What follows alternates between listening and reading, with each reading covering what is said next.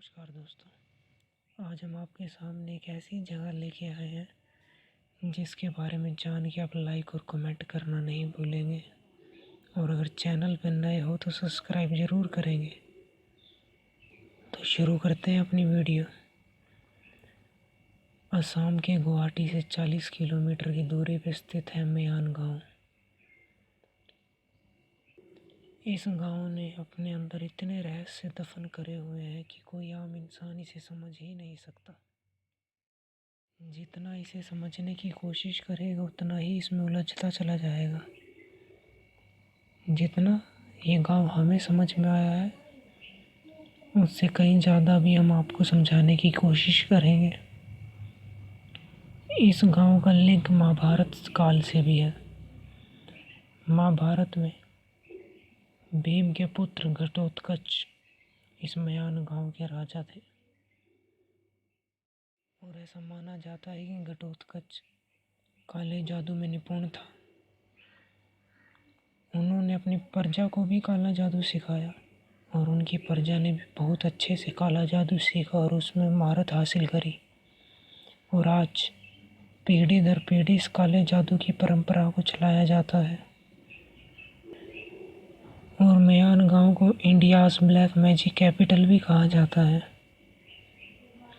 काले जादू की पूरे विश्व में शुरुआत मयान गांव से ही हुई थी। इस गांव को काले जादू के लिए ही नहीं जाना जाता, इस गांव को जाना जाता है एक ही साथ 1 लाख घोड़सवारों को गायब करने के लिए। जब 1337 में मोहम्मद शाह ने सोचा कि असम की तरफ चढ़ाई करी जाएगी, तो उन्होंने सबसे पहला टारगेट मयान गांव को ही बनाया। और जब मयान गांव के तांत्रिकों को पता लगा तो उन्होंने एक अदृश्य दीवार अपने गांव की बाउंड्री के चारों चुगरते बना दी। और जब 1 लाख घुड़सवार की सेना मयान गांव की तरफ बढ़ी तो जैसे ही उन्होंने वो दृश्य दीवार को पार करा तो मिट्टी का कण बन के 1 लाख की सेना सारी की सारी वहीं से गायब हो गई। आज तक उस सेना का नामो निशान तक नहीं मिला। क्यों गई तो गई कहाँ। और ये गायब करने वाला सिलसिला यही नहीं रुका। जब 1667 में औरंगजेब का जनरल राजा राम सिंह को आदेश हुआ कि असम की तरफ चढ़ाई करी जाए, पर राजा राम सिंह के सेना नहीं मान रही थी, क्योंकि उन्हें पता था जब वह असम की तरफ चढ़ाई करेंगे तो सबसे पहला गांव मयान गांव ही पड़ता है।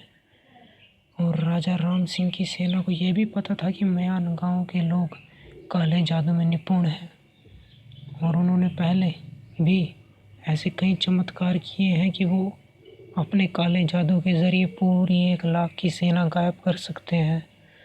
तो हम तो उनके सामने कुछ भी नहीं। फिर भी राजा के कहने पे सेना गई और मयान गांव पे हमला करा। जैसे ही उन्होंने मयान गांव पे हमला करा, कुछ समय युद्ध चला। तब 1671 में राजा राम सिंह युद्ध हार गए, और युद्ध हारने के बाद राजा राम सिंह और उसकी सेना का भी नहीं पता लगा कि वह कहाँ गई। ये बात आज तक रहस्य है कि वो 1 लाख की सेना और राजा राम सिंह की सेना गई तो गई कहाँ गई। और मयान गांव के बीचों बीच मयान गांव के एक सब रीजन, जिसे बूढ़े मयान के नाम से भी जाना जाता है, स्थित है।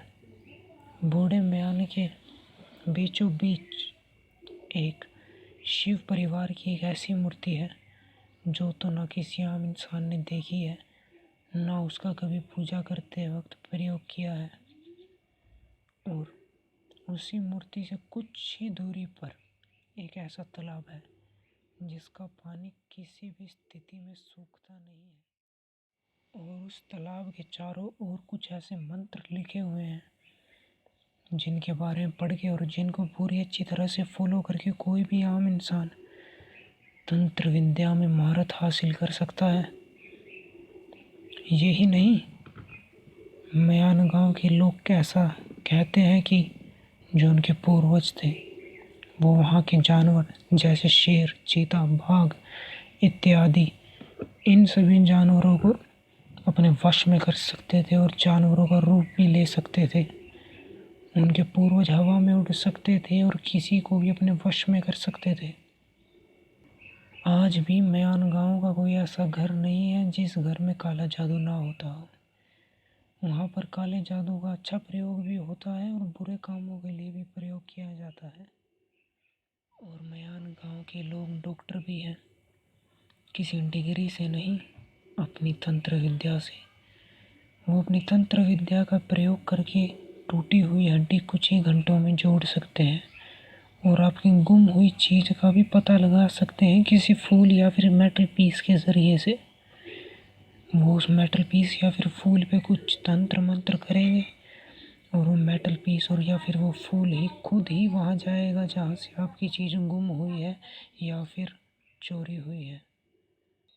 जब मयान गांव में कुछ रिसर्चर पहुँचे, उन्होंने मयान गांव पे रिसर्च करी और खोद के वहाँ से कुछ ऐसी चीज़ें निकाली जिनमें सबसे मुख्य था ब्लेड। एक ऐसा ब्लेड जो इंसानी बलि दिए जाने के लिए प्रयोग किया जाता था। तो इससे ये साबित होता है कि मयान गांव में पहले इंसानी बलि भी दी जाती थी काले जादू के लिए। अगर आप इन सब चीज़ों में इंटरेस्ट रखते हैं और मयान गांव के बारे में और भी जानना चाहते हैं तो वहाँ जाना बहुत आसान है। पहले आप बस या ट्रेन या फ्लाइट के ज़रिए गुवाहाटी जाइए। गुवाहाटी के बाद कोई टैक्सी करके या फिर कोई भी रिक्शा के द्वारा मयान गांव तक आप पहुंच सकते हैं। मयान गांव में पहुंचने से पहले और पहुंचने के बाद कई सारी सावधानियों का ध्यान रखना पड़ता है। आपको मयान गांव के लोगों से अच्छे से बात करनी होगी। अगर नहीं करेंगे तो ये नहीं पता कि किसका दिमाग कब खराब हो जाए और अपनी काली शक्तियों के ज़रिए आपके साथ क्या कर गुजरे। इसीलिए मयान गांव में अच्छे जाने से डरते हैं। अगर आपका वीडियो में इंटरेस्ट बना हुआ है तो लाइक, कमेंट, शेयर और सब्सक्राइब करना मत भूलना। तो मिलते हैं हम अगली वीडियो में।